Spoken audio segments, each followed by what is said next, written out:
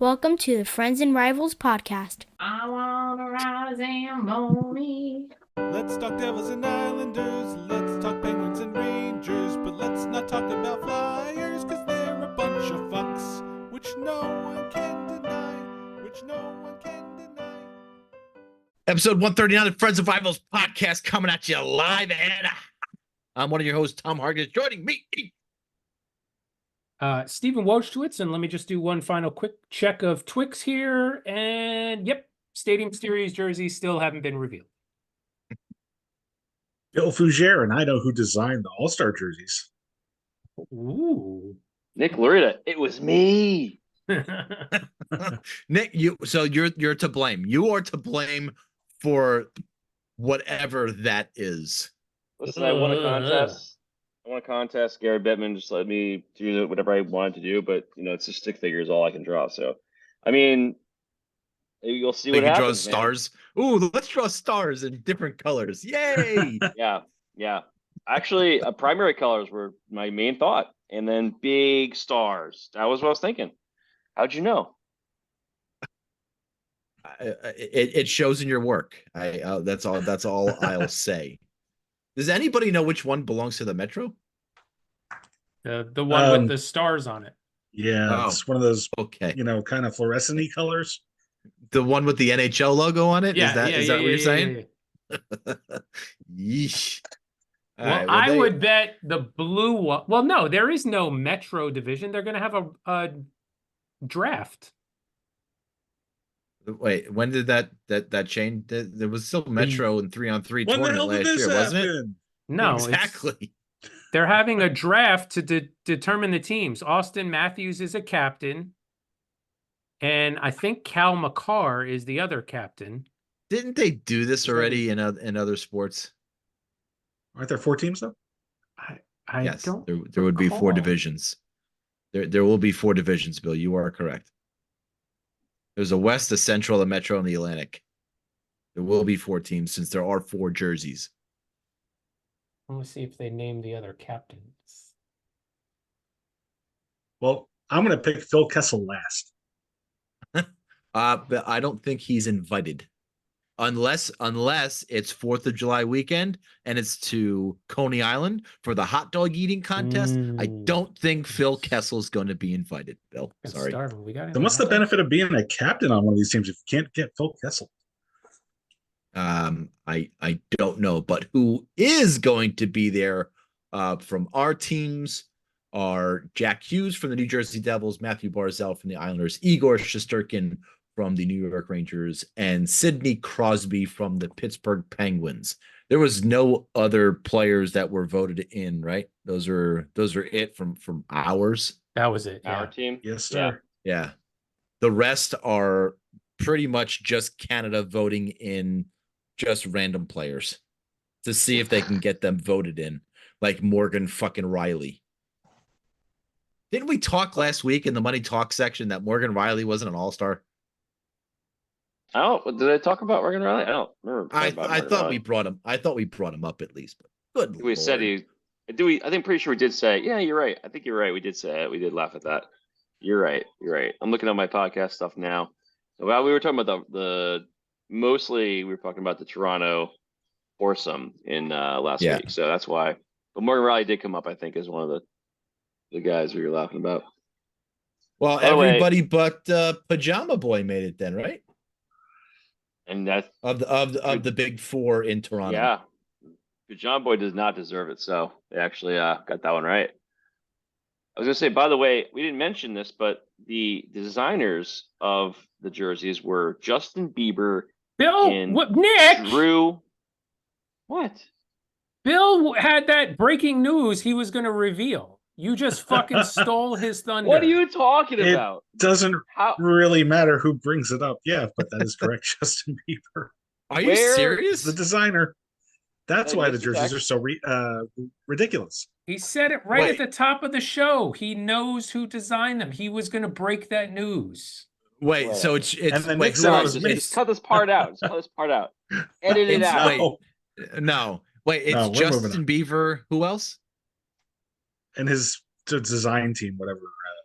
Drew Yeah, whoever- House Brand. Yeah. Of course, he has a design team. Why wouldn't he have a fucking design team? Wow. Apparently, it's not really much of a design team.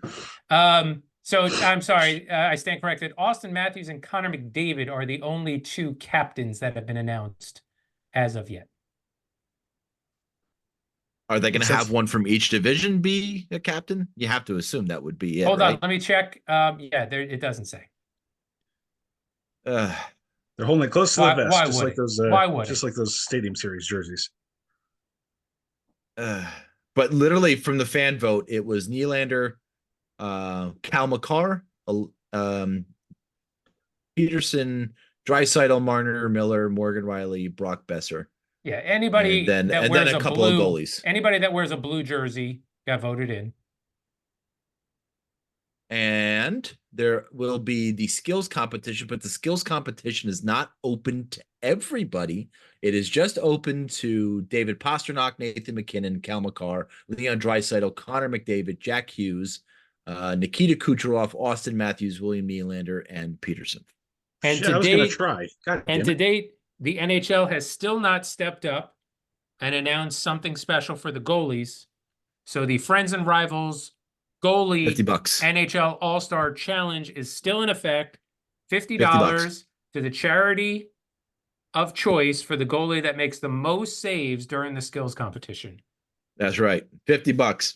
We should do a full marketing press on that. We should do a press release. We have started the onslaught. This week we will continue with tagging all other hockey podcasts that I know of, hoping to try and get other people to join in with the donation. That would be lovely. See if we can do a press release. Can we? I will write up a fucking press release. I will talk to the PR department because they are in charge of press releases. Wait, Steve, is that still you, or is that? Well, Well. yeah, but it's Or a Nick. different So- me than the marketing department. Me. By the way, they've announced 10 of the 12 guys are in the All-Star voting or All-Star The skills. skills competition? So The there's fans are going to vote 2 more in. there's 2 Which- more for that. There's 2 more captains they got to announce. No, why don't they just wait a couple of weeks? So let They me could. let me guess. Let me take a shot in the dark here at who's going to be added. Let's say Morgan Riley. Brock Besser and Morgan Riley. I will say those 2 guys will be added. No, I actually not Morgan Riley. I think it's going to be Brock Besser and Mitch Marner. I think those Yeah, 2 it's guys will gotta be be. added. Yeah. There's no well, first off, there's already 2 Toronto Maple Leafs in this, right? So there can't be a third. That'd be ridiculous. No, it wouldn't be. And It there's would no be very defense. There's no NHL-ian. defenseman. It's all forwards. Oh no, McCarr. Never mind. McCarr's there. Never mind. Kind of looks like a forward. Yeah. How much do you think? And Bill, this is a math question or a finance question. So let me direct it to you. How much does the NHL make on the NHL All-Star game?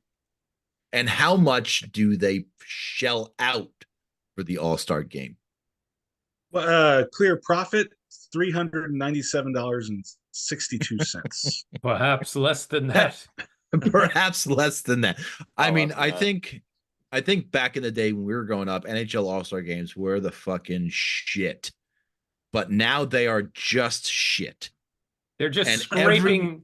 They're scraping at anything to try and make it fun for everyone. When all they got to do is just play hockey. But I know, but it's just not fun. And is it worth it to have the NHL All-Star game or All-Star games period anymore? I know last year. I think it last is. Last year we talked about different formats that they could do, something to jazz it up and make it more fun and entertaining. I just don't see it. I just don't see that they're doing that this year. And I gotta start asking the question: is the All-Star game viable anymore? Wait, in its current form, I don't think so. I think it's dog shit, personally. I think the closest thing they could get to, aside from like the old days of how it used to be when they threw in the best players and just had like a real game. I mean, granted, they definitely had some years where they just were, fucking around a lot more than, but I think the closest they've been to where it should be was actually, when they did the game in what's it called? The outdoor game in, not Salt Lake, the one that was like, the pretty one they did in the Like in the middle Lake of the Tahoe? forest. Lake Tahoe, Yeah. thank you. But I think that's the thing, though. They should just bring it back to like a fun thing. Go out to like a awesome venue. Go to like, it doesn't have to be like Lake Tahoe. Most more it's cold, so they don't have to fucking deal with like dumb shit with the ice. And have like the guys coming in and out and like having a real game. Put some stakes on it. I don't know. I was gonna say they could bet on it because they're already doing so much fucking betting on the commercials. Who cares? But anything that could drum up some competition. I mean, look at what the baseball does. They do this. I think they still do it. The All-Star game, the winning team, that league gets the home field advantage in the World Series. They still doing that. So I mean, I'm not sure, but I honestly forgot that they did an outdoor All-Star game. Yeah, I No, it wasn't completely All-Star. forgot. It wasn't What All-Star, was it? though, It was wasn't a it? stadium No, it was just series the game. stadium series. It was game. just a But it stadium was- series. Yeah. But Yeah. why not have the All-Star game outdoors? That would be. Because I could go with that. you know as well as Yeah. anybody that the All-Star game is really put on so that they can invite all of the sponsors to come out and spend the weekend and celebrate them and take them out to dinners and try and get them to spend more money come playoff time and shore up revenue and advertising for next season. That shit's gonna happen anyway. It's literally Yeah. just a fucking expo show. Like it's a trade show. That's But you all could- that it is. You could do that anywhere. Why do that in a city? Do that somewhere like where it's fun. You can like a small town and then have them all in like like an Aspen kind of situation. Like because hockey would. But It here's makes more here's sense. a Give it a- situation where you have separate it. all the parties involved coming together anyway. You do an Yeah. all-star game anyway. Everybody does an all-star game. You do an all-star game anyway. Now you've got everybody in the same place at the same time, so they use it as an opportunity to shore up all the advertising and to treat the sponsors and take them out and everything. And that's the only reason they really do it. Do they do an All-Star game in Premier League? What is that? Soccer. Soccer? Oh, Yeah. No idea. They don't. They don't.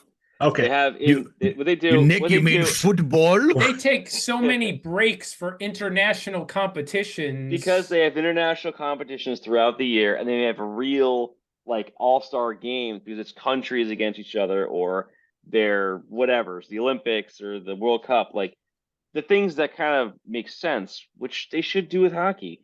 Like the whole all-star thing it's just so dumb and overplayed. Nobody cares. Like So it shut doesn't down make for 2 sense. weeks.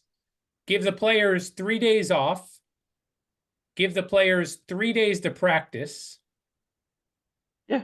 And then do a week-long tournament, international tournament. Sure. The NBA's already ahead of them No, with it. with their absolutely, in-season absolutely tournament. not. Why not? No. Because fucking Panarin's not getting hurt and not coming back for the rest of the season because he tore an ACL. He'll at just some decide not to in-season play fucking tournament. because he's having a baby.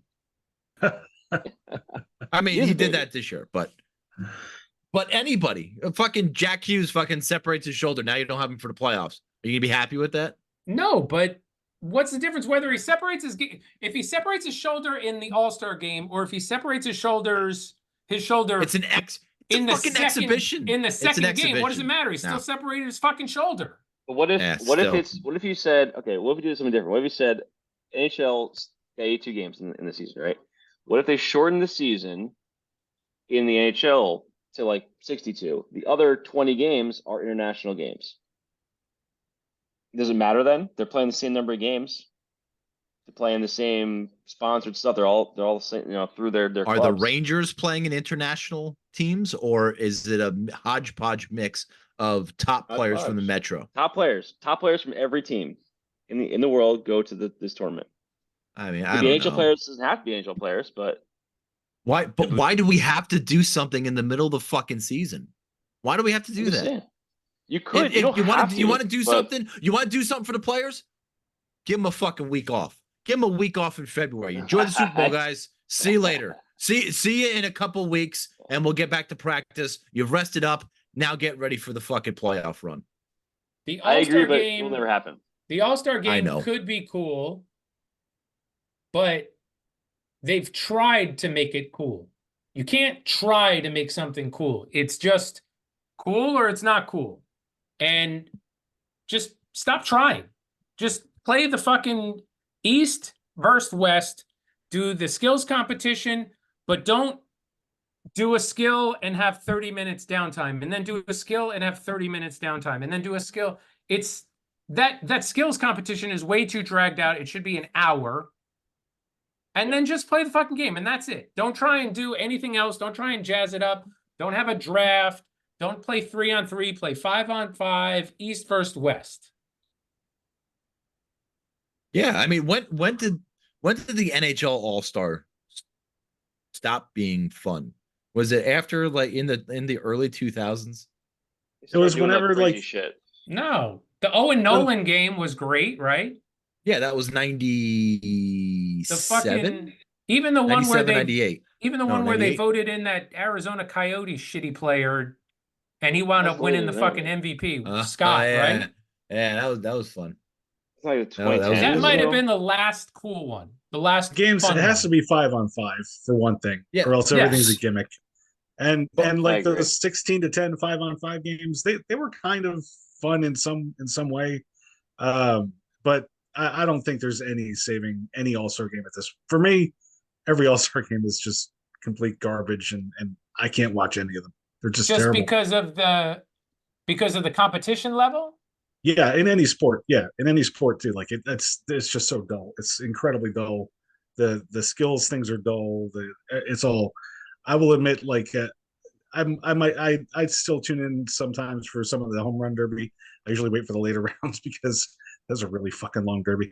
But that's kind of fun. Like that's like just like this impressive feat of strength that you don't really see anywhere else. Like there's not a skill in the NHL that would like compare to it. I feel like that I want to watch, even though the NHL skills are impressive, but I don't want to watch Like the NHL hardest, skills. I think the hardest shot would just by sheer strength. I think that would be maybe the closest.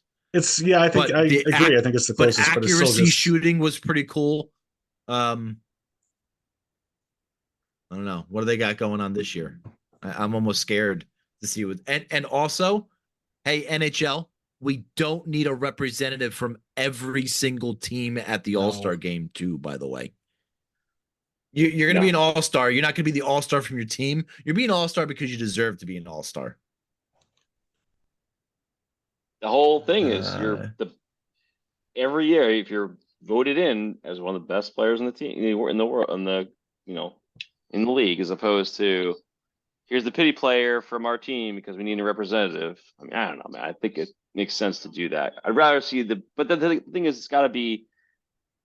If you're going to do that, then the game has to have some meat to it, some actually the players actually caring. Because if the MLB MLB is the only league that has had the balls to say, okay, our All-Star game is for this. This is what you get.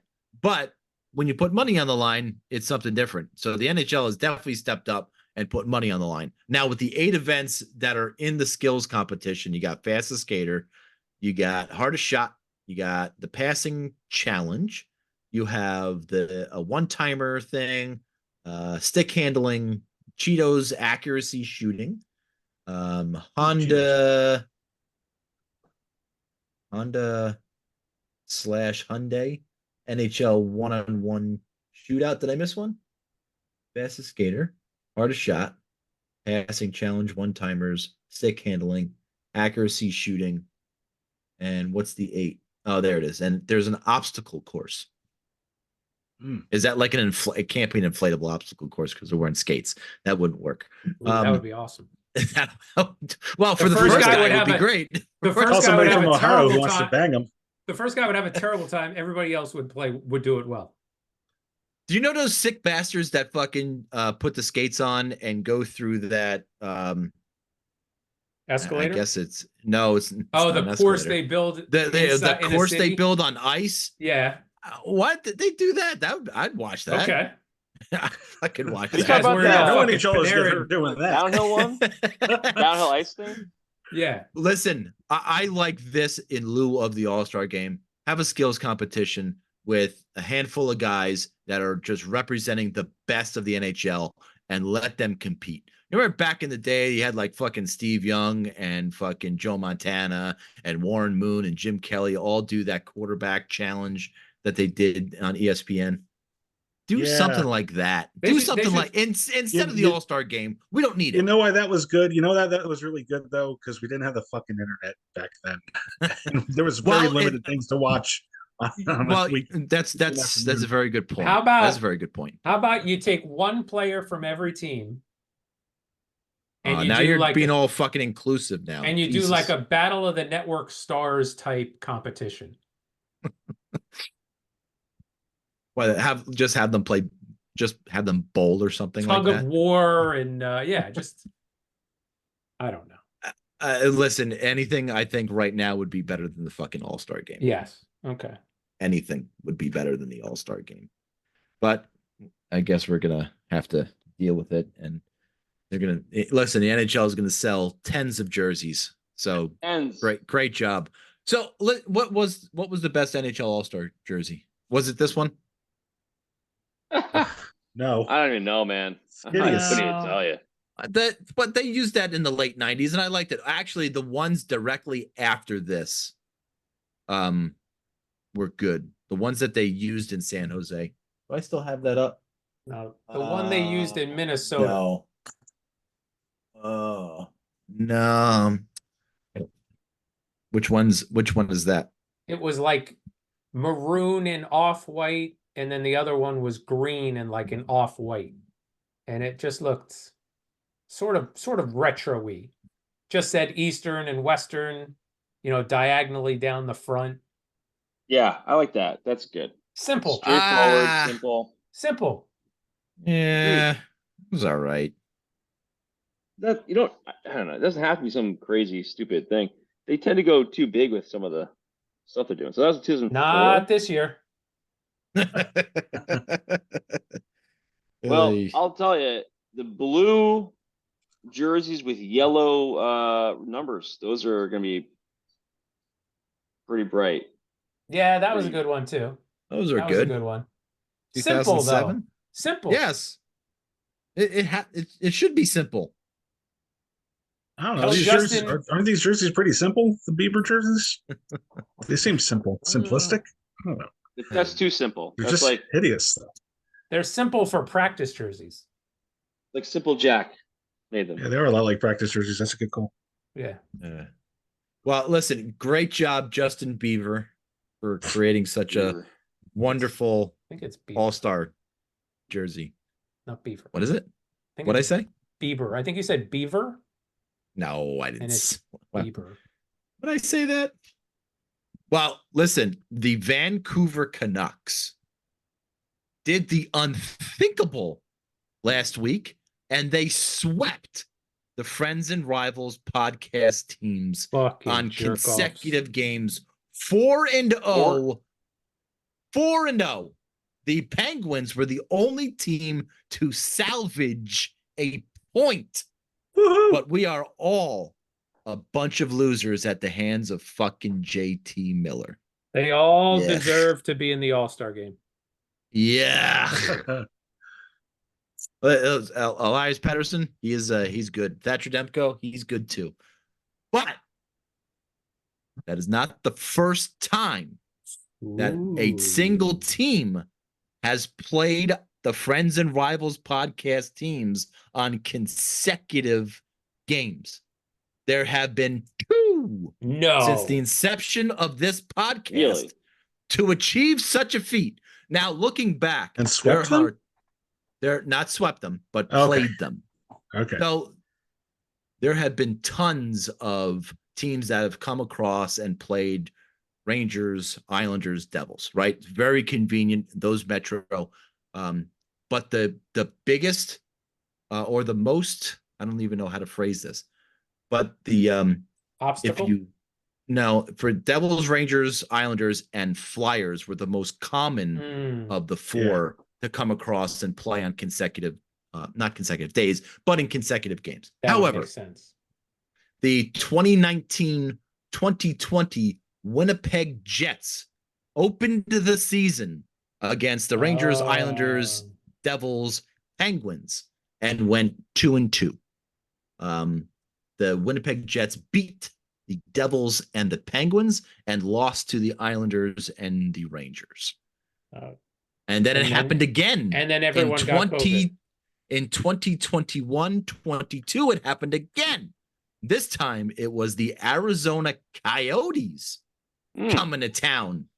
And they went 1-3 on their journey through the Friends and Rivals podcast, losing to beating only the New Jersey Devils. Way to go, Steve. Way to fuck it up. Wow. Devils are losing to everybody who's coming through to play them all. Right. So the Devils are 0-3 on the podcast. Yeah, they didn't beat the fucking Jets either. Yeah, so 0-3. 0-3. 0-3. Awesome. Well, if I remember correctly, that Winnipeg Jets game, they had like a 3-goal lead and wound up blowing it. That was the second game of the season for them. I thought it was the first game of the season for the Devils. Well, for you, the Devils, It was for the second game of the season for the Jets because they opened against the Rangers and the Rangers beat them 6-4. Well, they came back with a vengeance. So thanks a lot. So those are the three teams: Coyotes, Jets, and Canucks. So happy that I'm going to be prepared for when that's a trivia question. Friends and Rivals, the trivia book. I'm going to know that one. So I didn't look through all of the teams, so I could be stat boyed for sure. However, it's odd that it didn't happen during the COVID year.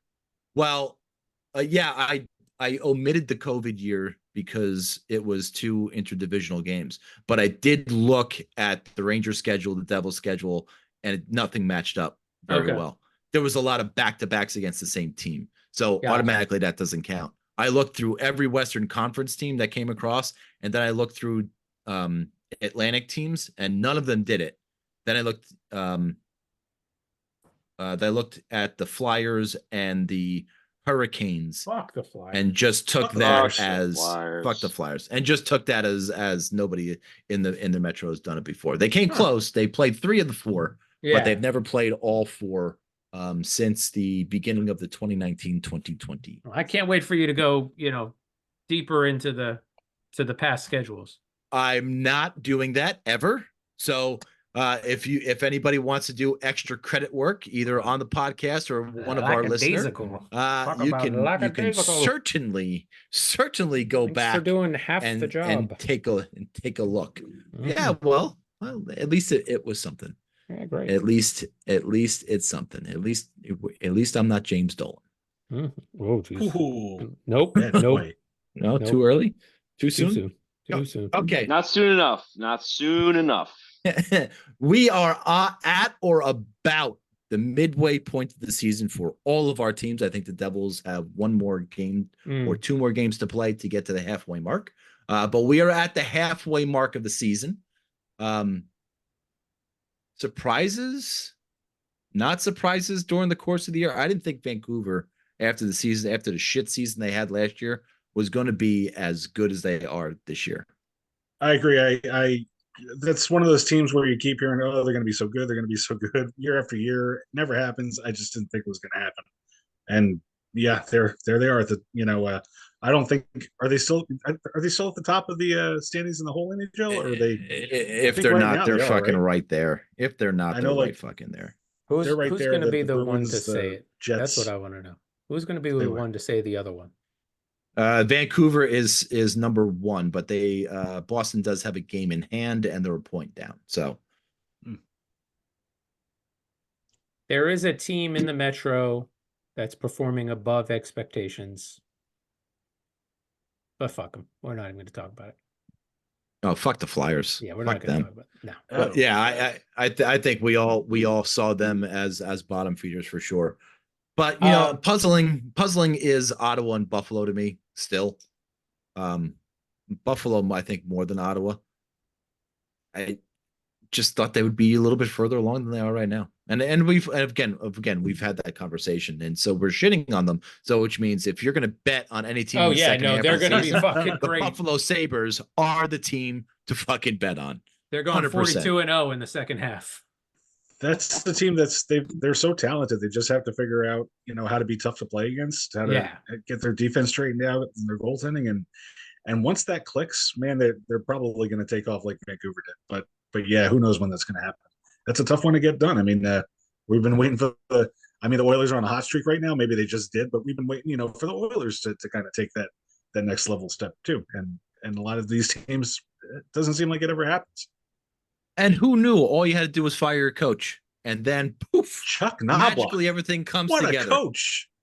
Chuck Knobloch, unbelievable, unbelievable. Could have been the Rangers coach, but no, we had to have Laviolette, which I do like Laviolette. I'm very happy with Laviolette. I think would have been all right either way. But going with, is there any? But before I move on, was there anything else? Any other surprises you guys have? No, I mean, I could say the Devils, but, injuries and, we knew goaltending was going to be an issue, and the injuries piling up kind of make them being an underperforming team. So I'm going to chalk that up to injuries instead of a disappointment. Well, if you're going to talk about this, maybe we'll just talk about that at positions that need to be filled, right? So, all right. So give me your team's MVP at the halfway point. Nick, start with you. I think I have to go with Ilya Sorokin, just because even I wanted to go Dobson, but really surprised you. I'm very surprised you didn't. Well, the reason is this: it's if it wasn't for Sorokin playing at a high level all the time, we would be even worse. We would be right. I would say you could probably take 5-6 wins away, and we'd be right below the Devils probably. I mean, it's just been one of those things, man. The Isles D has been so bad, outside of really Dobson and Romanov playing pretty well for what they have to play. It's kind of no one else, man. You watch it tonight. A goal happened against Sorokin in 5-on-5 because the puck it knocked his blade out of his skate, and then he couldn't get back. I've been going back and forth, and he almost got it. It's like everything goes wrong, and the guy almost makes saves. He made a save after that happened, and he had to go back and forth too many times, and he basically had no way to get over. But anyway, the point is, it's just he's been left out to dry so many times, and he's still playing at top of his game. He can't. What are you gonna do? You're in a team that is historically bad defense for this team. So I don't know, man. It's gotta be him. Bill, what about the Penguins? MVP. Well, who else am I going to say? It's got to be Sidney Crosby. On pace for 50 goals, which he hasn't done since 2009. We'll see if he keeps that going. Interestingly, Slam though, dunk. He's got 26 goals right now and 20 assists. He has never in his career had more goals than assists at the end of the season. And I do see, the way he's kind of stepping up his goal scoring game, I think is in part due to the injuries and inconsistencies that have been on his line all season on the right side and everywhere through the Penguins lineup. At right wing, it's been a little bit of a problem with Raquel having a historic cold streak and Rust, being a little bit hurt or inconsistent. The show has been Crosby and Gensel for the whole season, and Crosby's definitely leading the way. His face-offs, the timely plays that he makes, the defensive zone. It's definitely his. He's the MVP of the team for sure. Rangers, pretty obvious. Who the MVP is on the Rangers has been Artemi Panarin. He has just been night in and night out. He has just been superstar. I mean, if you can find me a better New York free agent ever, I'd listen. I just don't know if there has been a better free agent, at least in my lifetime. Well, in my lifetime, it's only been free agency. That has come over and done what he has done in the amount of time that he has done it in. And it's 100% Artemi Panarin. And Steve? I'll wrap it up and I'll say Jesper Bratt, mainly because he's been healthy the whole year. Doesn't seem like it matters who his line mates are. He just produces and produces and produces. So he would be my MVP for the first half. All right, let's do the reverse order for players who need to step up in the second half. This list could be, just about everybody. But I'm gonna say when he gets back into the lineup, Timo Meyer needs to be the player everybody expected he was going to be. For the Rangers, I think that player right now is Mika Zibanejad. But Chris Kreider is a close second. Just a pat, and not for the whole season, but just the past 2 weeks, there's been something off with Kreider. I can't figure it out. Defensively, offensively, in front of the net, getting stoned by goaltenders. There's just something off with him right now, and I can't put my finger on it. But I think Zibanejad needs to stop being this kind of Jekyll and Hyde type of player and be spectacular in one game and then have 3 games where he just disappears. I think Rangers, they need Zibanejad to step up in order for that, to propel that team to where they need to be. Bill? For the Penguins, it's Erik Karlsson. He's not been bad. He's been solid, but he's not been the difference maker that I think they were signing up for. Like you don't go at the end of any game, oh, we won this game because Karlsson did this or that. It's just it's Crosby's a difference maker, Gensel's a difference maker, their goaltending's a difference maker, or Malkin's a difference maker. It's you don't go at the end of the game, oh, Karlsson first star for sure. Like that's not happening. And I think they were signing up for something bigger out of him. And I think the power play being around 13% right now, he came over, he was the de facto leader of that power play. He's the quarterback of that power play, and it's got to be better. And if the Penguins have one flaw that's really held them back in the first part of the year, even though it's been somewhat better, at least NHL level the last few weeks, the power play, it's been at least average, which is a huge step up. But they were signing up for more, and it starts with him, quarterback in that power play. Nick, who's got to step up for the Islanders? Good fucking luck into that one. The whole defense, really, like it's been atrocious. I would say Pelech, when I know he's been getting back and everything, but we need him to be back to the guy he is. You need that shutdown defenseman and, get back to where he's been. Mayfield's been pretty shit this year. Kulak's been out. So, still, and it's going to be a bit till he even comes back. And even when Kulak's back, I don't know if that's the real problem. I think it's the defensive system, to be honest. So it looks shit. The whole defense looks shit. The forwards, secondary scoring, we need it. It's kind of rough when it's been the first year in a while we've had like a real first line or first set of guys that can score, but the scoring just falls off immediately after, which is not usually how the Isles play. They've had 4 lines of scoring guys and even the 4th line chipping in, and it's just been kind of rough when you can't rely on those guys beyond the first line to score. So yeah, a lot of shit. So if there's one, and Nick, we'll swing right back to you. So if Yep. there's one position that needs to be filled for the Islanders at the deadline, I would say it needs to be a top 6 winger and a top 4 D-man. To be honest, top 4 D-man is more important, but they need scoring and they need defense. It's not one position is going to solve the whole thing, and they just can't afford both those things. It's just I don't see who you can even move to get either. But realistically, a D-man, you got to get some better defensemen. And just get guys that can skate better and play the position better. As soon as we had Mike Riley, a little ingestion of energy and skating, it looked a little better for a bit, but even that's kind of worn off, and it's back to the team kind of not having that jump on the back line. So, Bill, This was there's not like a specific position that the Penguins need for the stretch run, but they kind of need something that's kind of more abstract, which is somebody who could play 3-on-3 and maybe do something in a shootout.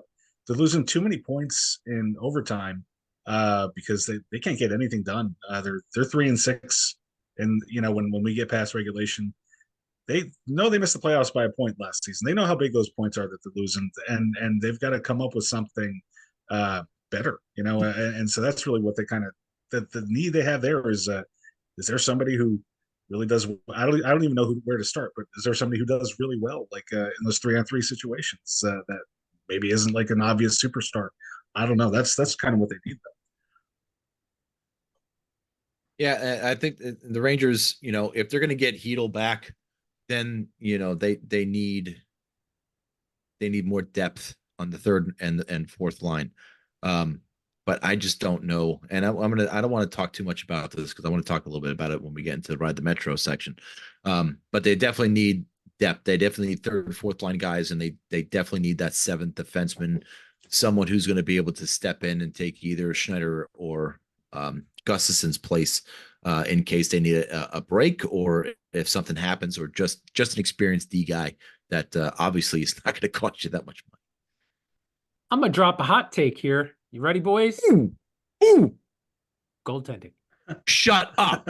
What? What? What? Exactly. What? Are you kidding me? Don't need to say anything else. When the hell did this happen? It's my second one today.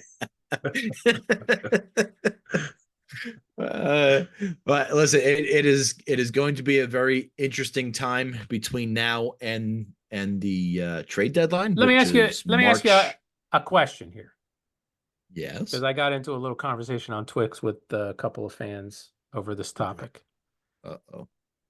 Your team needs goaltending, right? Everybody knows the Devils need goaltending. Goaltending is at a premium for trades. Been saying it all year, right? But don't you just have to bite the bullet at some point?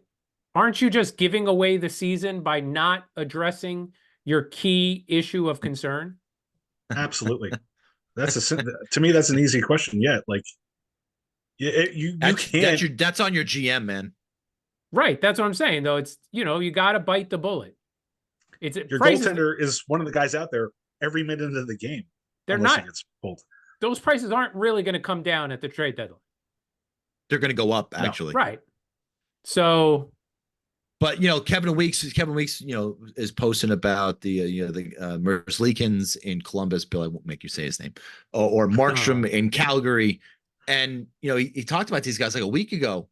Okay, it could be 3 days ago, but they haven't been moved because the price is still too fucking high. To get a guy like Markstrom. Rumor has it it's a Mercer or a Nemec, and a second rounder. Okay. Not Nemec, maybe Mercer, but I would need a guy. I would need somebody better than those two. I would trade a Mercer, but it's got to be for somebody better with terms. Listen, sometimes your young assets are assets, and they may never play a game for you. They may just be a piece that gets you over the hump. They may be a piece that has to go the other way in order for your team to go and take the next step. So you would trade Schneider in the Zegras deal? I'd have a hard time with it because I like Schneider's toughness, but he's not cracking the top 4 anytime soon. So he's just going to be a 5th or 6th defenseman. And at the price he's probably going to get, then yeah, I think we can find somebody either in our own system or a replacement for Schneider as he's 21? as our 5th defenseman. Yeah, he's 21. Yeah, and listen, we got Matthew Robertson down there. We have Zach Jones waiting to step in there. Although I wouldn't really want to put Zach Jones with Gustafsson on the same pair, but. Yeah, I would prefer to trade Jones before Schneider, but Schneider has so much more value. But if it gets us a player like that, although I'm not thrilled, I know you're not a big player. I know you're not a big Zegras guy. Look, I love his skill. I love his skill, and you put him with Panarin, and holy fuck, the magic that they could produce would be something. Right. But I just don't know. But no, I do know. I would do it. I would do it. I want to open my presents. Oh yeah, can we Right. do that before we ride the metro, Bill? Yes. Absolutely. Is it up to me? Of course we can. So Bill, Wait, you so- have to so lead us in here. Well, I'll. This is a gift that was made by a friend of mine, and my hint was you are what you drink. Yeah, 3, 2, 1, open it up, fellas. Oh my Oh. god! Look, it's a fucking Oh. unbelievable. It's a Look at Zamboni that. made of bubbly cans. Unbelievable. Look at Tom that. got strawberry seltzer. Steve got Ah. Coca-Cola Zero Sugar. Nick got Peroni. I'm not even Wow. sure if you're a Peroni drinker, Nick, but since you actually drink alcohol, Italian and beer. it's Italian. That Makes was sense. the key. Makes sense. And This is- and mine's a beer. It's a Carlsberg. Fucking amazing. Isn't that cool? Wow. So there's Zambonis made out of aluminum cans of our favorite drinks. Is it Lou Wolf?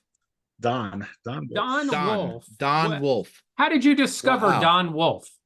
How did I discover Don Wolf? I was going to Morse Fest, and Oh, boy. a friend of Oh, mine gosh. decided to tag along with one of Wolf. his friends, and his friend was Don Wolf. And so I had like a 14-hour drive to talk to him about his and when we went out during that trip and we were drinking beers at night, he was saving cans for just such an occasion. So That Did he is drink all the amazing. strawberry seltzer? I drank all the strawberry seltzer. He needed What? 9 cans. And as it so happens, they had that Oh. where I work.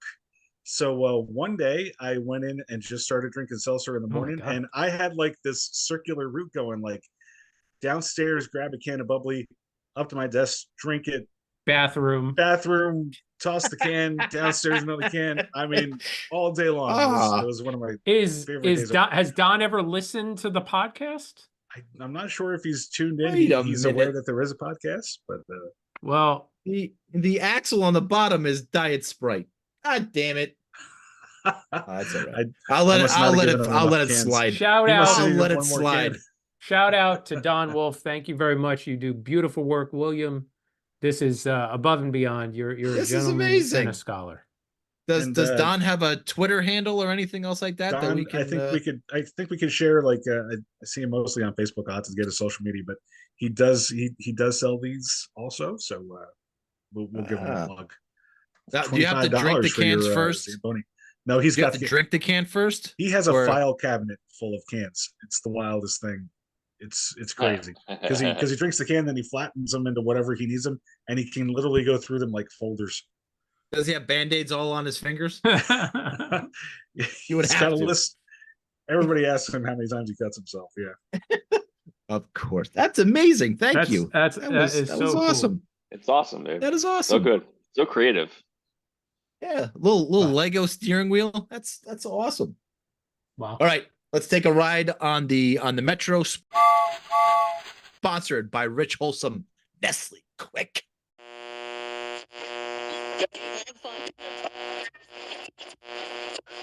Hello, boys and girls. Do you hate the taste of regular milk and need energy? Try Nestle Quick. One sip and you can feel the energy in your muscles. Nestle Quick, now available in chocolate and strawberry. They say the real men drink pink.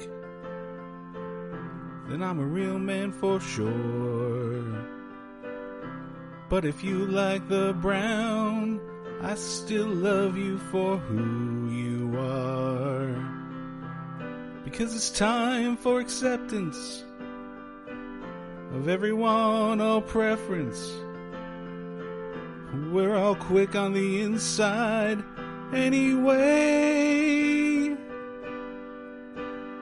Nestle Quick, it does the trick.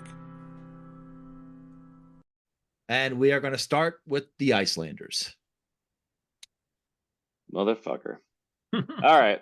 Well, it should be a quick one, boys. I'm not gonna waste too much airtime on the Islanders this week. Wait, do we What- love Lane Lambert or do we hate Lane Dude, Lambert? Which way are we going to come on, lean stop, toward this stop, week? stop. The love was minimal during that time frame. Okay. I like it because I I would- get under your skin a little bit. I You know. kidding me? I know you do. 1-2 this week with a win over Toronto in overtime. Two losses, a back-to-back, not back-to-back games, but two losses in a row in regulation to Nashville and Minnesota on the road. Isles getting, when they play Toronto in, either at home or away, they get fired up. It's no question that motivates them. Like playing against Toronto, playing against Tavares, the ex-captain. They show up, man, and close game.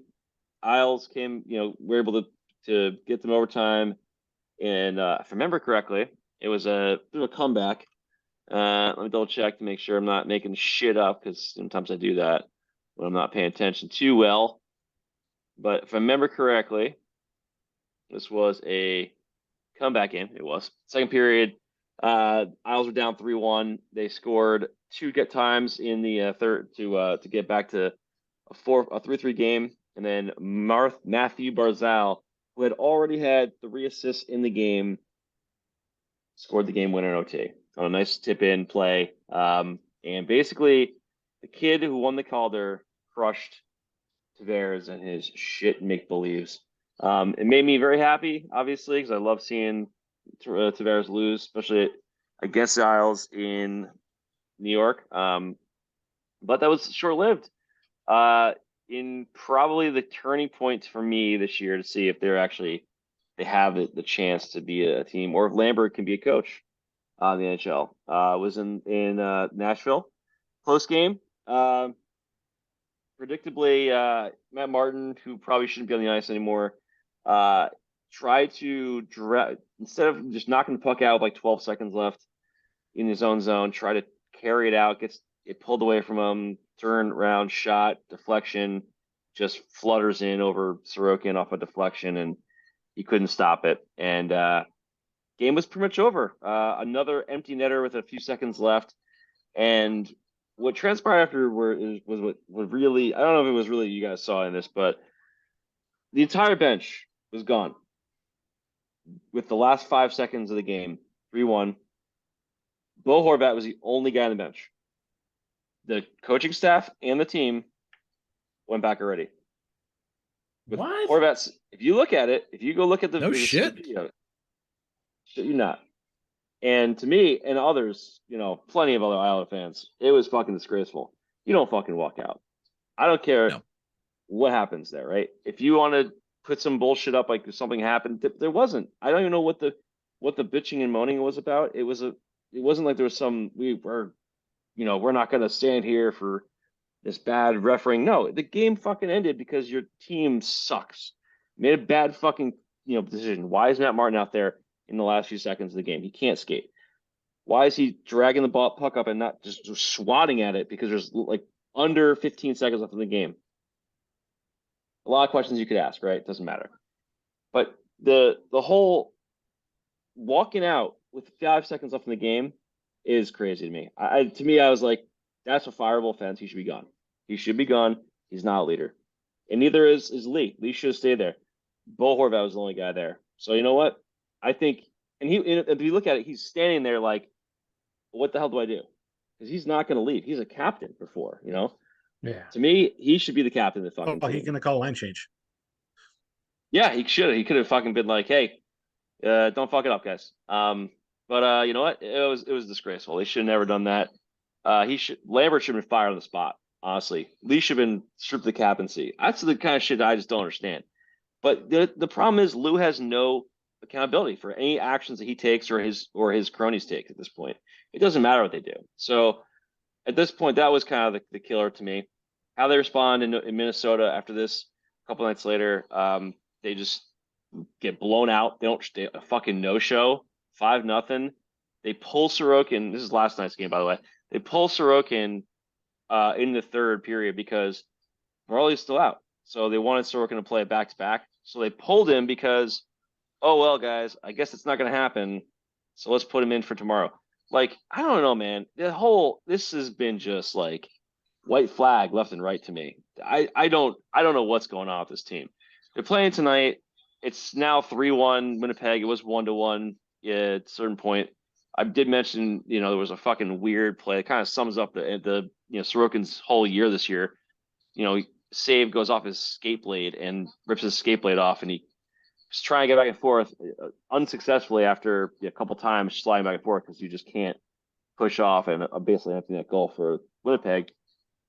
And then, of course, power play goal puts it 3-1. But nevertheless, it's just crazy to me, like how bad that the team plays, and then how little accountability there is from Lambert and his captain and everything else. It's just so frustrating, man. I can't believe some of the shit they're letting them get away with. So listen, I am on the track of get rid of Lambert immediately at this point. I don't even care what he does the rest of the year. He's not a coach here. He's not a leader.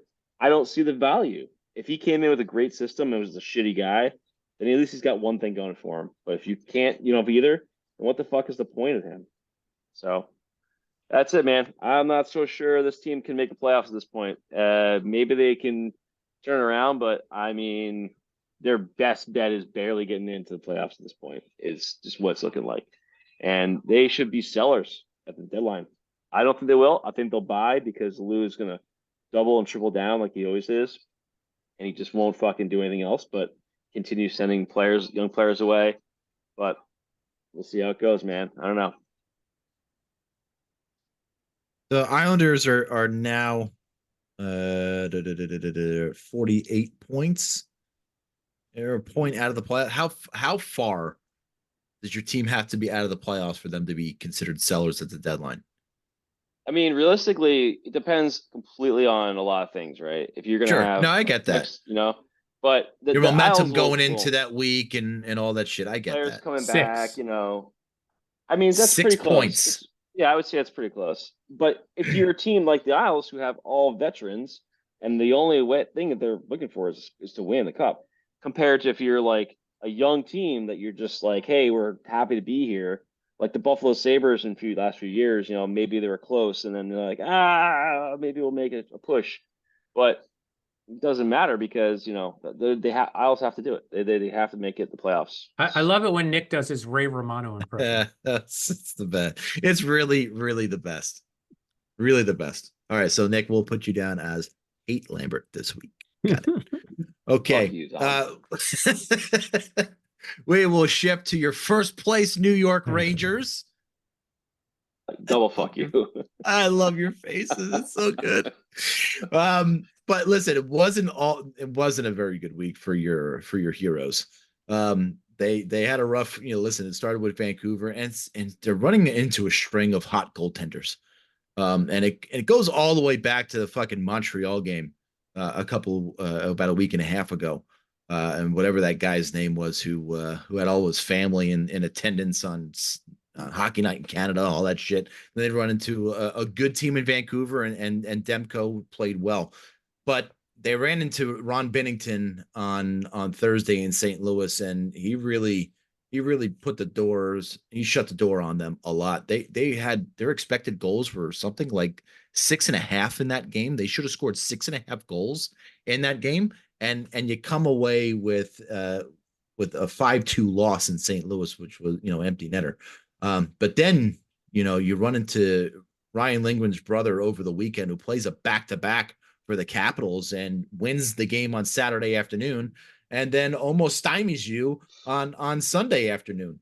And the power play has gone cold. And that's in large part to Zibanejad and Kreider and whatever their cold streak is. There was a point in St. Louis where Kreider tipped a puck on the power play and it hit both posts and went out, and he literally left the bench, went down the hallway, and if it was Paul O'Neill, he would have kicked a water jug. But I don't know, maybe he snapped a stick, or he's just visibly frustrated. When hockey players get very frustrated, they start squeezing their sticks more. They start trying to do things a little bit more.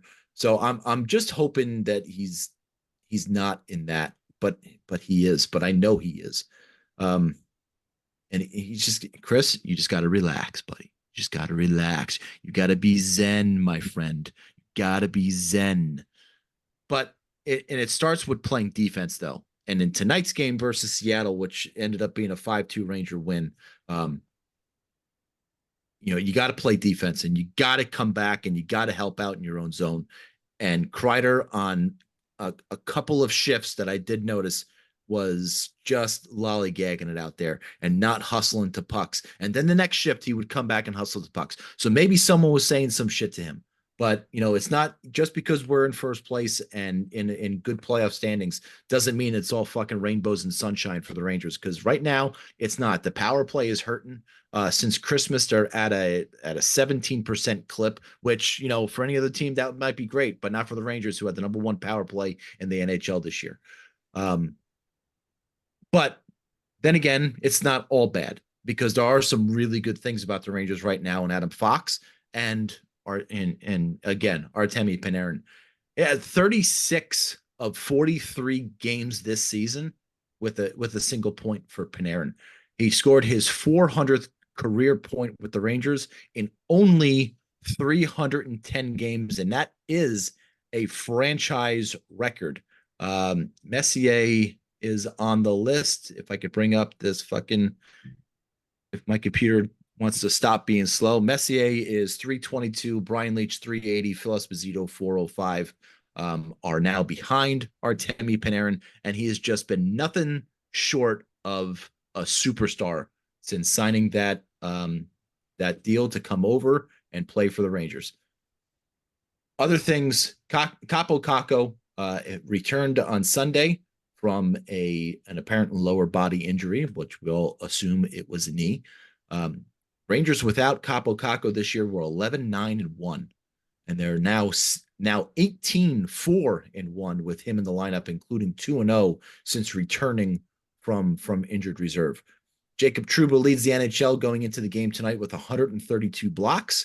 Igor Shesterkin is playing better. I gave Igor a lot of shit over the past month about not being Igor Shesterkin. Now he's got to get a little bit of consistency to his game. And in the second period tonight, you saw that.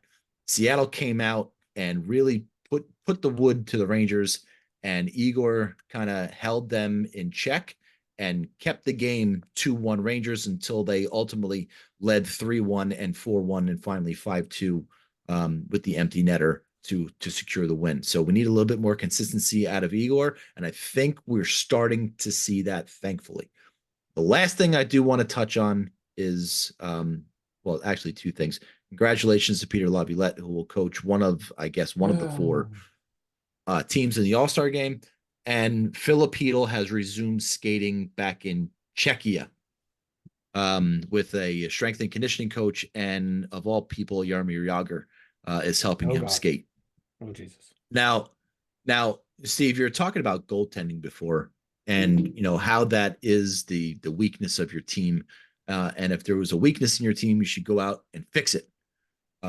If you're not really sure about what Hedl is going to be when he gets back, because a guy at 24 years old who's had a billion fucking concussions, what makes you think that he's going to come back from this one and be fine for the rest of the season and playoffs?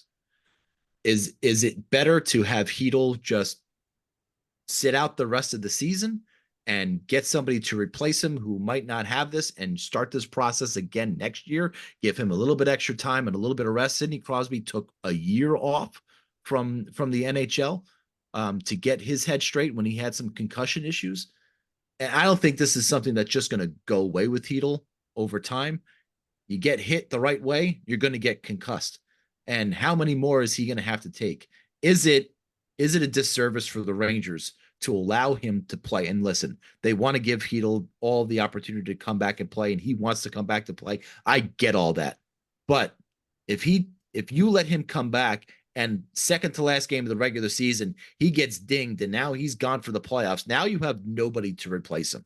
And your argument could be like, well, that could happen to anybody. Sure, it could happen to anybody, but not with a guy who's had 4 billion concussions by 24 years old. I think it's kind of a disservice that Drury is even contemplating allowing a Hedl to come back and play this year, unless he thinks that there's enough time before the trade deadline that if something's going to happen, it's going to happen sooner rather than later. But But giving him off until next year doesn't guarantee that in game 3 next season he gets hit and he gets a concussion. It's gonna happen. It's gonna happen. He's on your fucking team. You got to play him. I get that, but at least you'll have time to replace him. My point is, if you let him come back this year and something happens toward the end of the season or in the playoffs, you got nobody to replace him. There's nobody to take his spot at that level of play that you need for your depth on your team. You gotta make that depth move if you can, whether he comes back or not. There's got to be somebody below Hedel that can get knocked out of the lineup. It's Johnny Brzezinski. And then no doubt about it. And then if Hedel goes out, he goes back in the lineup. Everybody bumps up after you go out and make that trade. Yeah, I get that. I'm with you. I understand that, but I don't know. But Brzezinski is not Hedel. He doesn't play on the same level as Hedel. He doesn't give your team a different dynamic look. He doesn't push other players down. Like, see, when Capo Caco came back, he pushed Wheeler down to the third line. Well, I wanted to talk about that too. And he balanced things out a little bit more. That stat is an enigma. The only reason of course it is. So then why even mention it? It's because the guy's got 4 points on the fucking season. He's got 4 points this season. He's got a goal since he came back in 2 games. So he's got 4 points in 23 games. Yeah. So you can't say that they're playing better because of him. He is a better defensive forward than almost anybody on that team. Come on. So yes, they play better defensively.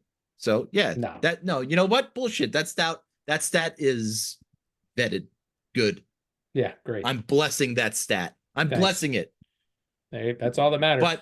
But it doesn't matter. You and your Ranger fans who say Capo Caco does something every night that Jack Hughes could never do. Who says that? Ranger fans. We do? Yeah. It's okay, little buddy. It's all right. That's not those are the Ranger fans that are just trying to troll you. You know that, right? Well, they may even believe their own bullshit, but I mean, come on. And what's somebody telling me that a team that's 18-4-1 because of Capo Caco? What is that? Is he trolling me? Or does he believe that? I'm not saying it's just because of Capo. I'm saying it's because you have a player the caliber of Capo Caco back in your lineup playing that pushes everybody back where they're supposed to be. Where they're supposed to be. That's the only reason. That's the only reason. It's got nothing to do with him. It's got to do with having somebody in his spot in the roster. But he is figure everything else out. But he's a really good defensive forward, so it might have some validity to it. Some, but again, it just adds your depth. It puts your guys back in the position where they're supposed to be. They're not playing out of position anymore. Now you're playing to your strengths, and that's what. But when I'm very leery of Hedel coming back this year and getting his bell rung again just by a simple oopsie collision with somebody. It's like trading for Lindros. It's like, having Pat LaFontaine come back and be your center. And I'm not saying Hedel is he's old compared to any of those guys. I'm just saying at the time you have guys with those guys got to be in their 50s. You have guys with history of head injuries come play prominent roles in your team. It's not going to work out well. The only place that I've seen it work out. Can we move on? Who gives a fucking shit? Is the Penguins with Sidney Crosby. So did Crosby change the way he played the game? It was never truly a brain injury issue with Crosby. It was a neck. They've finally figured out it was a neck injury that was causing the same kind of symptoms. So he never had the scrambled brain that everybody wanted to give him credit for. Great. But I think I have to imagine that Hedel's is a brain thing. Yeah, I think so too. Based on the 9 billion head injuries. Yeah, exactly. So it's going to be I don't know. I'm very leery of Hedel coming back this year and losing him from the playoffs when we get down to the nitty gritty, and everybody's now playing out of position. So I don't know. Maybe hopefully they'll overcome that. But But the Rangers did get back on the winning streak, on the winning ways tonight. Igor is a little bit more consistent, and they go on the road to the West Coast. They play at Vegas on Thursday evening, then a back-to-back Saturday and Sunday in LA and in Orange County, before finishing out the road trip in San Jose next Tuesday evening against the San Jose Sharks. Billy, or is it Billy? Oh no, it's Steve. Steve. Devils. I'm gonna go quick just because we're really going long here. 1-1-1 on a 3-game road trip. Overtime loss to Tampa. Great effort. They just didn't get the saves they needed to from Vanacek. What a shock. 4-1 victory over Florida, snapping their 9-game win streak. Very solid play all around. Dawes stopped 36 of 37 shots. He's going to take over that number 1 goalie spot if he hasn't already. He has in the fan base's mind, that's for certain. And then a 3-0 loss. Dawes in net again. He was solid. He made a lot of great saves. It was just shit defensive coverage in front of him, leaving guys wide open. And the team didn't play a solid 60-minute effort yet again. And you're never going to beat Boston if you don't play 60 minutes. So 3 of a possible 6 points on the road trip. Depth scoring is huge. Great. He played great in Boston, by the way. I watched a lot of that game. He made a lot of great saves. Great. Injuries, goaltending, 2 things that are just killing them this year. And, depth scoring has been improved. They've got 8 players with more than 10 goals. They're one of only a few teams in the league that have that many players with double-digit goal scorers. But we need to get our star players back. Otherwise, this team isn't going to go anywhere. Wednesday versus Montreal, Friday at Columbus, Saturday versus Dallas at home. So one of those dreaded back-to-backs. The Dallas game Saturday night at home is Sergei Brylin Ring of Honor night. So maybe that'll infuse a little bit of extra energy in the players to snap their little losing the second half of back-to-back skid. And then Monday, they take on the Vegas Golden Knights at home. What happened to Schmidt? What happened to Vanacek? Vanacek wasn't this bad last year. They just aren't making the saves they need to make. They're flopping around. They're not positionally strong. They're giving up rebounds that they shouldn't be giving up. They're pretty much dead even with last year in goals for. They've given up like 35 or 40 more goals than they did last year at this point of the season. So and again, is it just the goaltending? No, it's not just the goaltending. The defense in front of them has been shit. They're out of position. They leave guys on the crease wide open to bury rebounds. But again, if the goalie makes the save and holds on to it or leaves pushes the rebound in a different area, then that guy in the crease isn't going to be able to bury the rebound. So it's a little bit of both, but the goalie's taking the hit on this one. Bill. All right. Well, since Steve kind of shortened his, I'm going to go a little bit long for the Penguins because he saved us that time. You got it. Was really. Now the Penguins. The Penguins had a tough schedule last week. They were playing 3 teams that were really hot, and I feel like half of the teams in the NHL are really hot somehow. I don't even know how that math works, but they were playing Vancouver, Carolina, and Seattle, who were all in a pretty good streak. And the Vancouver game, they were down 2-0. They came back to push that to overtime. They lost in overtime. Same thing happened in Carolina. They were down 2-0, came back and forced an overtime there. Both of them with last minute goals to push those games to overtime. So it was an important point to get, but they could not get the second point in those games. Then they played Seattle. Seattle was on a 9-game winning streak when they came in. And the Penguins beat them 3-0, and that was Tristan Jarry's league-leading 5th shutout. And really, the Penguins played what I felt was their most complete game of the season. 60 minutes of effort, never let potential momentum shifts kind of manifest.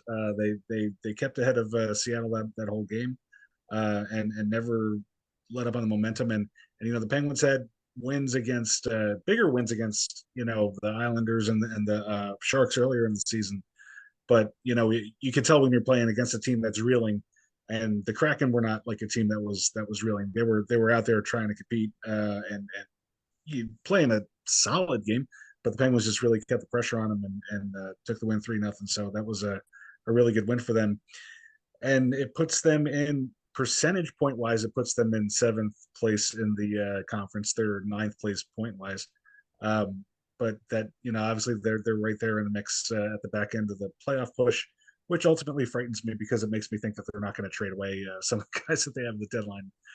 So it's not a cup season, no matter how you slice it. So I would kind of like to see them be ready to trade at the deadline, but now I'm fearing that that's not going to happen. Guys like Gensel might have to stick around.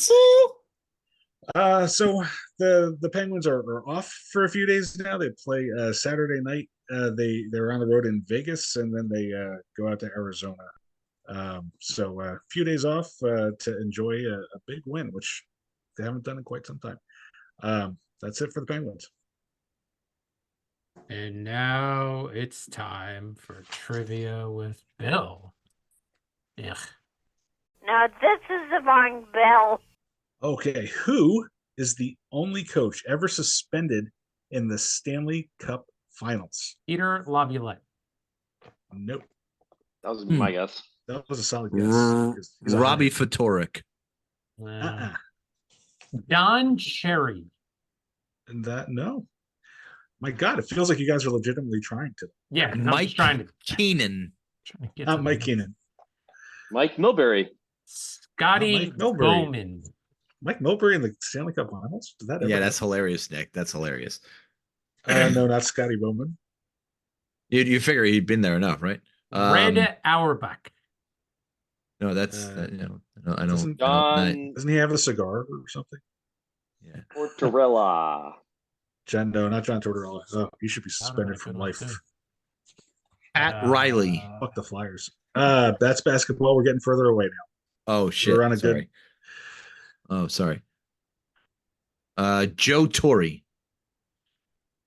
Oh, baseball manager. No. Oh, I think Nick hit his button again. He hit it. No, he definitely hit his button again. Hobie Baker. Not Hobie Baker, but I like where you're at, Steve, because I feel like this is one of the names in hockey that we really recognize as being one of those iconic names. Lester Patrick. No, not Lester. James Patrick. Not James Patrick. Oh God, here we go. Patrick Dolan. Jack No. Jack Adams. That's the guy. Ah, Tom got good it. one. Jack Adams. Really? Jack Adams. Very good, Tom. Nice job. Nice. Yeah, that was Nice. a, That's that how was it's a different. That was a different trivia. Wowzers. That was like we really did try. Wowzer. Well, it's because it's been an hour and a half since we started. Because it's almost midnight. Let's talk All right. some money. That wasn't so terrible. It's okay. What was okay? Are we? I don't think we have a sponsor yet for Money Talks. No, we don't. But we'll Ted DiBiase, we'll obviously. no. TD Bank. Yeah, but song, though. maybe E-Trade or something Wells like Fargo. Maybe we should make it some betting site. Everybody else has Yeah. betting sponsors. Money, it's a gas. Grab that cash with both hands and make a stash. New puck, give a fuck, G and daydream. Think I'll buy me a hockey team. All right. Well, tonight I wanted to talk about or ask the question: what do you guys think on Noah Dobson's next contract? The reason I ask is $17.99. he is having a career year, and it's looking like a pretty damn good year. Even though I didn't nominate him as the team MVP, he's right there, and he's got some pretty good numbers looking at it. And just kind of going through Noah's contract, where he is right now, he's making $4 million this year, $4 million next year, kind of like a bridge year before his next, like trying to buy some of the time before he, before he becomes a UFA. So he'll be 23 now, he'll be 24-5 range before his last big deal they're trying to sign him before he can try to get as much of the UFA time as they can. Now, So wait, so he's got one more next year and then UFA. And then he's UFA. I believe he'll be UFA at that point. Because it'll be 20. What's the thing on it? Expiry status is RFA with arbitration rights. However, I can definitely. Yeah, you're right. The first the first thing I thought of was Adam Fox's contract, and I think it's gonna but I don't know what the cap number is gonna be at that in 2 years from now. You have to think it's gonna be closer to 90. I hope. So I mean I think I would say somewhere 8.5 to $9 million range. Well, it's more rhetorical right now. We're gonna get to that point. You're jumping the gun before we get to the segment. I know. Listen, I won trivia. Now I won money talks. This is great. All right. So I'm looking at I want to say, $4 million a year this year, $4 million next year. He's a bargain. Where he's right now, he is top 5 in scoring for D-men. He's 3rd in the league behind Quinn Hughes, Cale Makar. They're 52, 51 points each. Noah's got 43. Evan Bouchard and Victor Hedman both have 40, rounding out the top 5. He's also 2nd in the league in the average time on ice. He's right behind Drew Doughty. It's like only about 7 or 8 seconds behind him in that regard. Fuck Drew Doughty, by the way. I know we say fuck the Flyers all the time. Fuck Drew Doughty too. He's playing 25 minutes a game. So he's getting a lot of ice time, obviously. Another thing that really intrigues me is that I don't really care for the primary assists, secondary assists stat. I feel like assists get kind of inflated because secondary stat assists a lot. And he's actually top of the leagues right now in primary assists, which I thought was also very impressive because, to be honest, that's the guy that gets the puck to, the guys who are scoring typically. It's not the one, little pass that gets an extra point for somehow. And he's got also plus 15 in his in plus minus this year, which I don't really normally count too much on. Plus minus is kind of like a stat that just usually you get more points, usually it's higher, but he's also half his points are on the power play. So he's playing pretty well 5-on-5. The metrics are there to show it. If you watch him play, you can see it too. But he's really shaping up into a top 10 defenseman. It's kind of way I'm kind of seeing it right now. So with those kind of things said, looking at the guys that are making the big money, it's all looking like it's going to be in the 9 to 11, 12 range, depending on how much these guys are getting paid. Adam Fox is making 9.5, for the next 1, 2, 3, 4, 5, 6 years left on this contract. Yeah. And then you have the Dahlin, who is the same age, who's 23, just like Dobson. His next contract kicks in next year, and it's 11 mil a year for 8 years. And is he the same kind of player as Dahlin? I'm not so sure how Dahlin's going to really turn out over time. He's got a bigger frame. Obviously, where you get drafted doesn't really matter once you're in the league, but that's a contract that could be right there. It could be like 11 mil. They both play right hand, they're both right D men. Dahlin does play, he's a lefty though. He does play both sides, but right-handed defensemen typically get a little more unless you're someone like Quinn Hughes who just, scores a million points. Screw that guy. And then you got Adam, we said on Fox, Evan Bouchard's kind of a similar area where he's breaking out this year, but he's still he's at, I think, 3.9 this year for another year. It looks like Bouchard and Dobson could probably be, they may have that standoff with their agents because they're making basically the same amount of money this year and next year. And if they have the same style, type of years where they're breaking out this year, have a really good year next year, there could be, those guys could be making 11, 12 a year. It's possible. I don't know if that's really what happens, but it's a really interesting thing to kind of watch in real time, seeing a player like we haven't had a defenseman really be a breakout defenseman on the Isles in a long time. So it's a really interesting thing to see. So what are you guys' thoughts on that, those kind of numbers being thrown around? I definitely think it seems right on par with what I would expect. But then again, the defensive market in the next 2 years, I mean, $11 million, really? Yeah. Yeah. So is that a bad contract in like 3-4 years? I don't want to. No, I don't want to start saying that's a bad contract because he's gonna start blowing it up. But man, oof. Yeah. All those But contracts north of 10 mil are like a tough pill to swallow, but like that just seems where things are going, and I think he's that caliber player. So it could be. Yeah. So That's just where it's at the gonna be. time when those contracts get signed, maybe he is an $11 million contract. Maybe that Adam Fox contract kind of It's gonna look, yeah.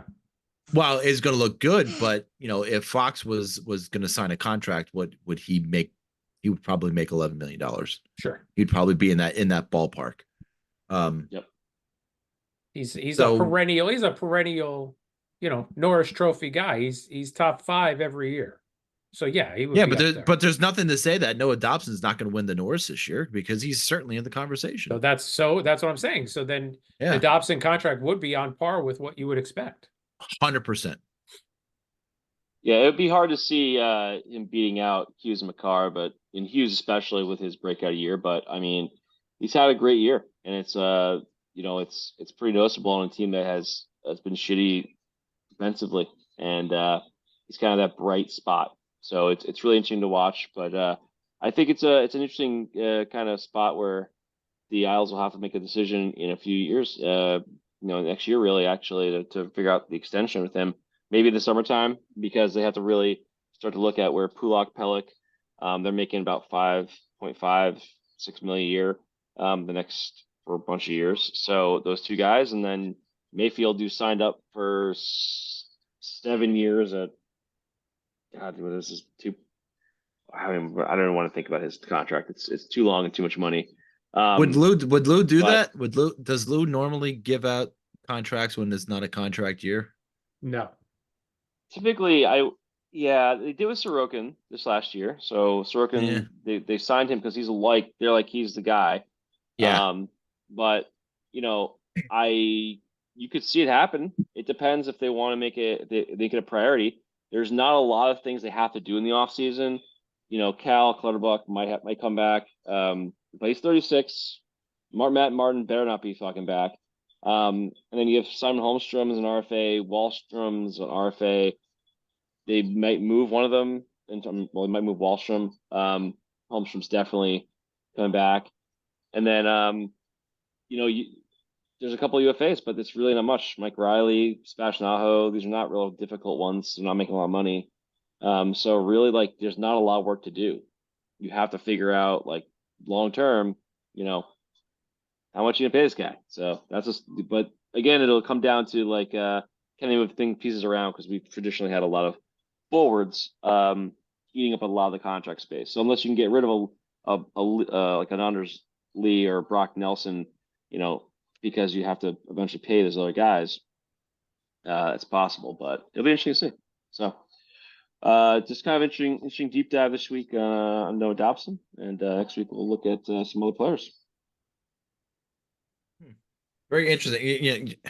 Darlene, it's horrifying to see what those contracts are going to be as the cap grows and grows over the next couple of years, and all those contracts that we look at now are bargains, all of them. Well, okay, the majority, maybe not Willie Nylander. Patrick Laine, his contract looks real bad right now. Yeah, but he's not the player that he was for sure. Okay, let's go to the State and Steve Stomach. Oh, that feels better. Brought to you by Coca-Cola Zero Sugar. Round here, we're saving calories. Round here, we all look so lean.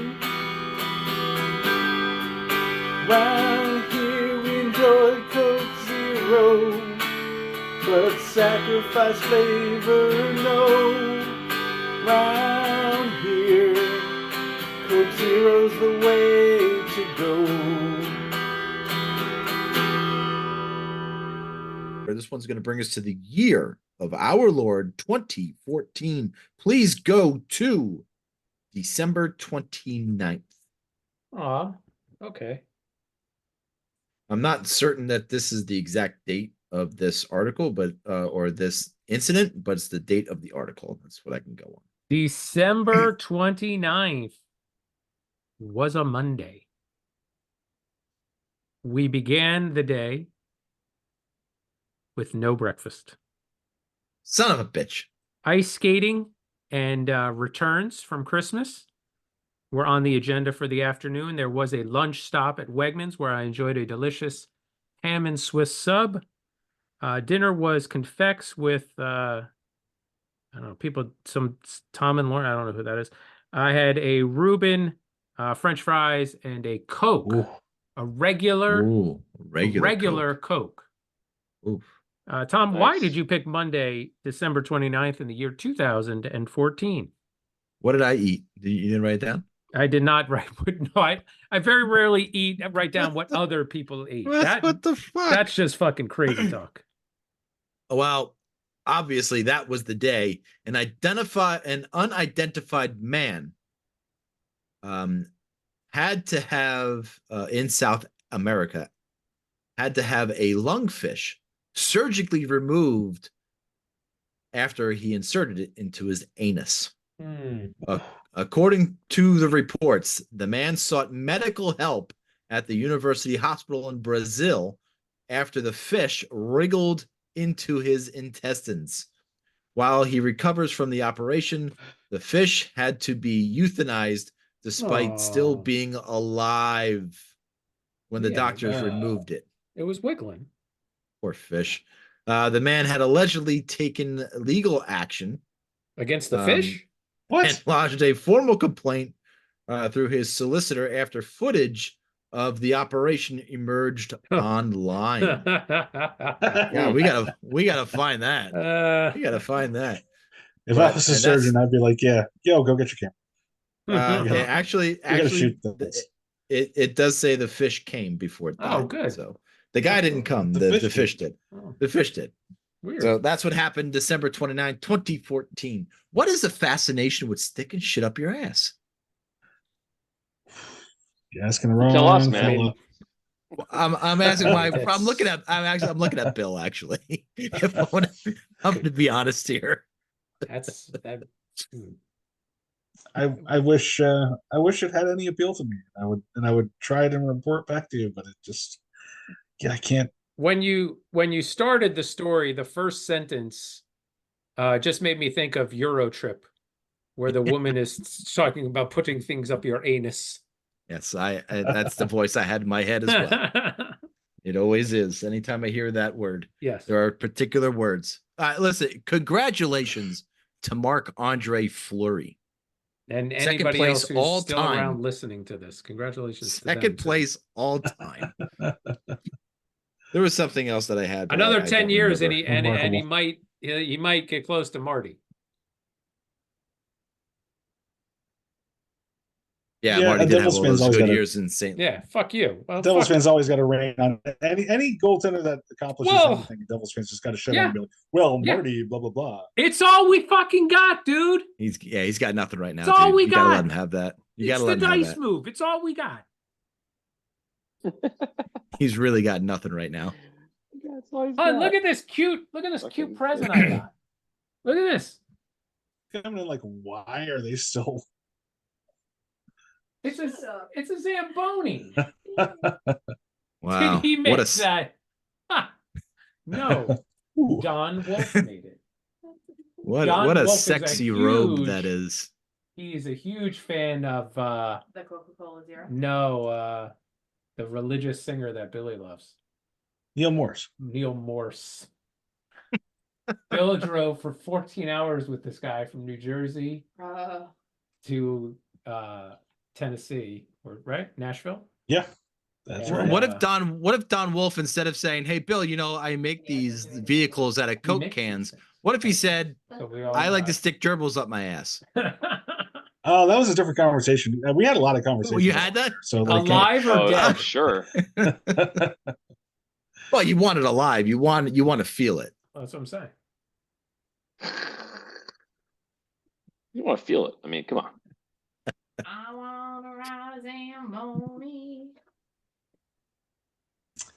now, interestingly, Don Nice, I like that. Don Wolf, who loves prog rock and knows more than anything anybody that I've ever met knows about prog rock. Knows more than anybody I've ever known, right? But we went to the Country Music Hall of Fame while we were down there. He's a bigger country fan than he is. He just knows everything about every kind of music. Jesus. It's bizarre. And he makes these aluminum vehicles. You know what I especially love? He obviously went deep in his little collection of cans because they haven't made the black Coke Zero can in a long fucking time. Yeah, he's been saving cans for a while. That's awesome. It's really weird. I mean, Wow. I would say it's weird you know that, but I'm like, no, you drank 1,000 Oh, of those no, cans. he's 1,000. That's fitting. He used the black ones. All right. That's going to do it for us this week. Like Steve mentioned, thanks for sticking around. Listen, it was entertaining. I enjoyed it. I hope you did. Yeah, too. who doesn't want to talk 45 minutes about the All-Star game? Everybody. Go on to Twix at friends_rivals. Give us a follow on there. Drop by and say hi. Go on to Apple Podcasts or wherever you get your podcasts. Leave a review for us on Apple Podcasts. We'll read it on the blah, blah, blah, blah, blah, blah, blah. Yep. Billy, say That's something. right. Just got 4 words for you guys. How about them Cowboys? Oh, thank God, they're so good. Whew. Oh, my friends and rivals. Flyers fuck, flyers fuck, flyers fuck off. Flyers fuck, flyers fuck, flyers fuck